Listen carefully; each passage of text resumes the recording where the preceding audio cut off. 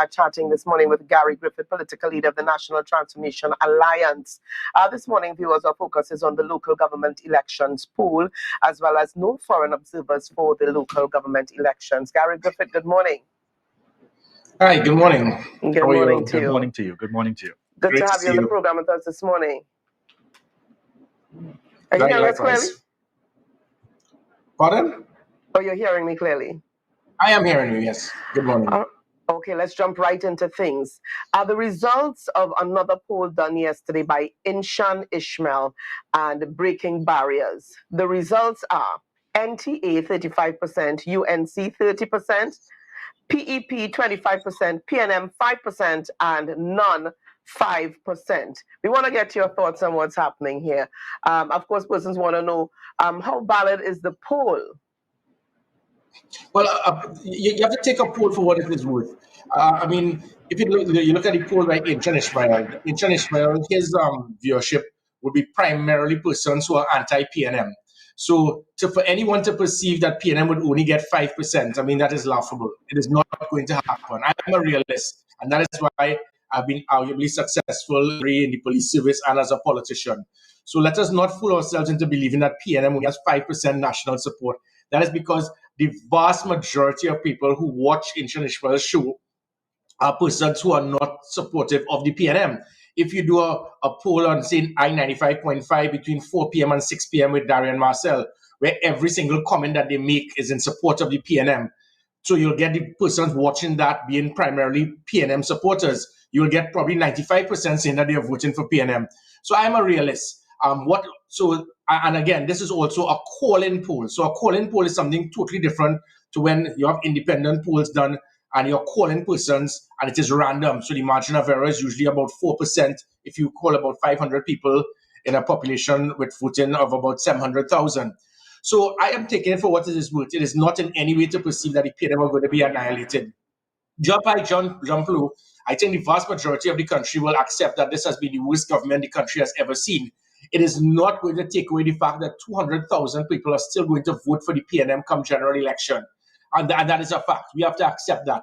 The difference, however, lies in that this will always be these 150,000 persons who are not PNM till they're dead or born a UNC or going to die a UNC. And when it comes, especially with local government election, and this is the group, whether it is you call them the ONR, the NAR, the Congress of the People, the NTA, these are the persons that are usually the catalyst to decide the outcome of the election. So by the poll done by Inshan Ishmael, as I said, let us be a little real. I mean, the PP, for example, the PP got 25%. If 100 people voted, the PP doesn't even have 25 members in their party. If you realize that one person alone speaks for the PP, he's a one-man activist group and he got 25%. So he probably called 25 times if it's over 100 people that voted. So we have to be a little logical in this. There was a previous poll done by MYOB. That is a very, very powerful social media group comprising young persons, 165,000 odd. And in a poll done with that, it had NTA 45%, PNM 26%, UNC 26%. So again, we take polls for what it is worth. We have a lot of work to do, but it does show that there's a strong support base of persons in that third constituency who want positive change. Status of the NTA going into this local government election that we're all awaiting the date for? Well, again, there are persons who call themselves political parties and they don't take part in elections. We are not that. We are a political party, and if there's an election, we will participate. So we are not an activist group. So obviously, we have been very active. We've been involved in campaigning, involved in showing to the country what we intend to do, and showing that we intend to make that positive change. We are asking the country to believe. So we are doing the nominations there. Interviews have been taking place for candidates across Trinidad. So we intend to very much participate in this election. And what you're going to see from us is not the usual things that you will see from certain political parties. If you listen to Keith Rowley last night, all he did was attack, criticize, destroy the Philip Alexander of PEP. Every single, imagine there's somebody in a political party that is not in government or opposition, and every comment he makes is to attack the NTA and Gary Griffith. Now that says a lot about us. It shows the fear factor or certain political parties are being paid by other senior major political parties to do their duty work for them. Because you can't be that clueless that if you are in a political party and all you're doing is to speak about Gary Griffith and the NTA, somebody needs to probably tell Philip Alexander that I'm happily married. But that we have a different type of politics. We intend to show what we can do, how we can make positive change. And we can spend all the time here speaking about how we intend to improve your basic way of living by us having representation in after the local government election, that being the NTA. And all I will ask people is just simply refer to even myself, where it is that I was able to transform what was seen as probably the least trusted arm on the public service, that being the police service. From 14%, it moved to 55%.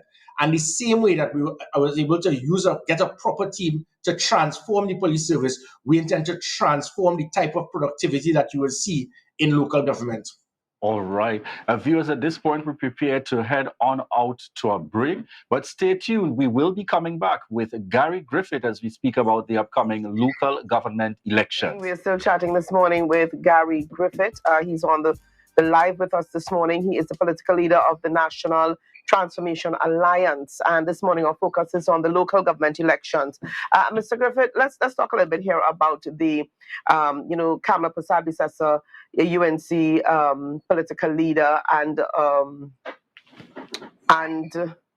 opposition leader, asking or calling on Dr. Rowley, Prime Minister, to bring in foreign observers for this local government elections. What are your thoughts on that? And we hear the Prime Minister indicating no. There's absolutely no need for it. What are your thoughts? Do you agree? Do you not agree? Well, wholeheartedly, I agree. And the reason why I am in full agreement with that recommendation made by the opposition leader is that all you have to do is to look at Keith Rowley's past, look at his previous actions, and anyone will understand that this man does not know his role and function. He steps out of his crease and he can abuse his authority. We have seen it in how he operated with Blissy Prasad. We have seen what he did with the president by causing the president to break the law. We have seen how he operated with the Police Service Commission by causing all of them to resign in disgust. We have seen him by influencing that caused the merit list for Commissioner of Police to be shut down, the influencing of trying to deal with even the merit list for that of Commissioner of Police, how he operated by trying to influence a Commissioner of Police to target political opponents to have them arrested, how he operated by trying to hire civilians, pay them big money, and try to investigate matters in the police service as it pertained to the audit of firearms, and the court had to put him in his place, how he operated as it pertained to the independent institutions now being totally infiltrated and influenced by government officials. The concept of FIU, which is supposed to be an independent body digging up into the financial accounts of law-abiding citizens, utilizing law enforcement technology to intercept the phones of political opponents. I could go on and on. So it shows that this individual, based on his character, based on his previous actions, he cannot be trusted.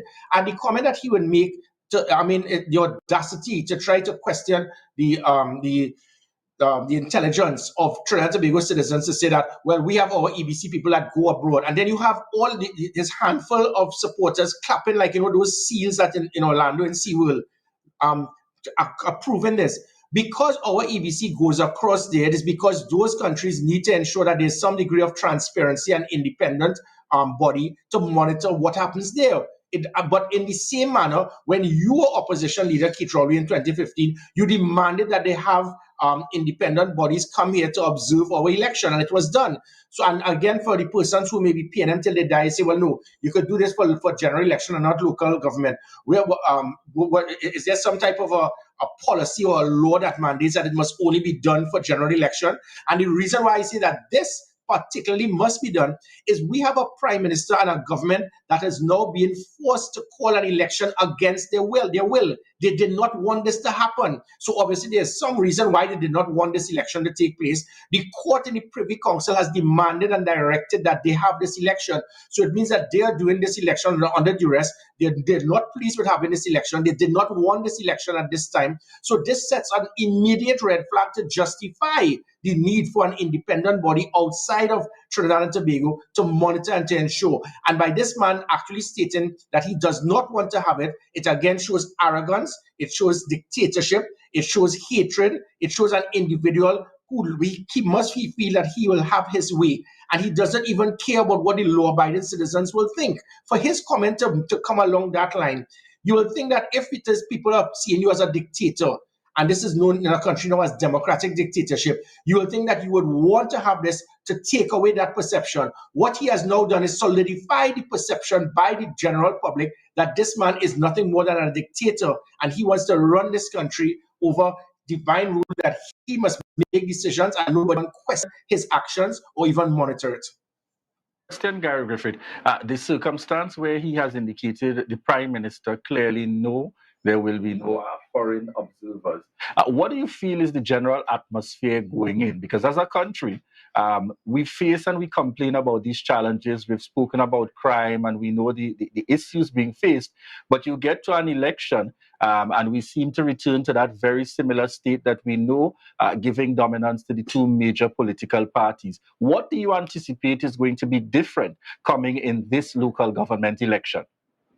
Well, I think positive change. As I stated, this country, we had previous great leaders, great political parties. I have the world of respect for the PNM. The PNM has done immense work to develop Trinidad and Tobago, similar to the UNC. So this is not about the PNM or the UNC. This is about actual leadership of the people who actually hold the position. In the past, whether it was Eric Williams, George Chambers, A.N.R. Robinson, Basio Pandey, Patrick Manning, Kamala Prasad Bisesa, these 6 previous prime ministers, never before have we seen such hatred and bitterness and animosity that comes up from an individual who holds the office of prime minister. The man's comments is always full of hatred, anger, vindictiveness, arrogance, targeting political opponents. And what is going to happen now is that the vast majority of the country want that change. They want this man removed from office, even though the bulk of PNM supporters. So I expect that this local government election is not going to be one where you're going to see the turnout being less than 50%. I think it might very well be very high. There are young persons, and when I speak young persons under 40 years old, who have never been politically inclined, but they're seeing what is happening in this country and they want to make positive change as well. So Keith Rowley is going to get the reality check that his type of style, his type of leadership, it is not what this country wants. Anytime you can see a situation where a country had the highest reduction in crime in our history, and in 1 year's time, when it is you deliberately interfered with the appointment of a commissioner of police, it had a turnaround within 1 year of the highest number of crime in the history of Trinidad and Tobago. And the person who was there before offered his services to help you. And you said basically, I do not want your help. I rather see the country drowned in blood than to do what is right and to unify and solidify good versus evil, circle the wagons, and let's see if we can peg back crime. Why would anyone want to support somebody like this? Because you support and clap that, you could very well cause your own wife, your son, your children, your assets to be lost. So yes, there will always be the blind loyalists of the PNM, but that vast majority of persons who are independent thinkers, they are going to send a message to Keith Rowley. Wrapping up here this morning, Gary Griffith. But what would you have done differently? Had you been given that opportunity, what would you have done differently? Or what would you do differently with regards to local government elections? We mean as Prime Minister? Yeah. Yeah, well, and common sense would dictate. Politics is a chess game. You have to think 3 steps ahead, and that is why 31 or 45 U.S. presidents were in the military, because you operate in a very tactical and strategic manner. He keeps setting up himself without thinking. He works on emotion. You, as a politician, you must never make decisions when you are angry. So when I made the offer to help him to reduce crime, and he because I know his style, he will reject it, and now the country will see him for what he is.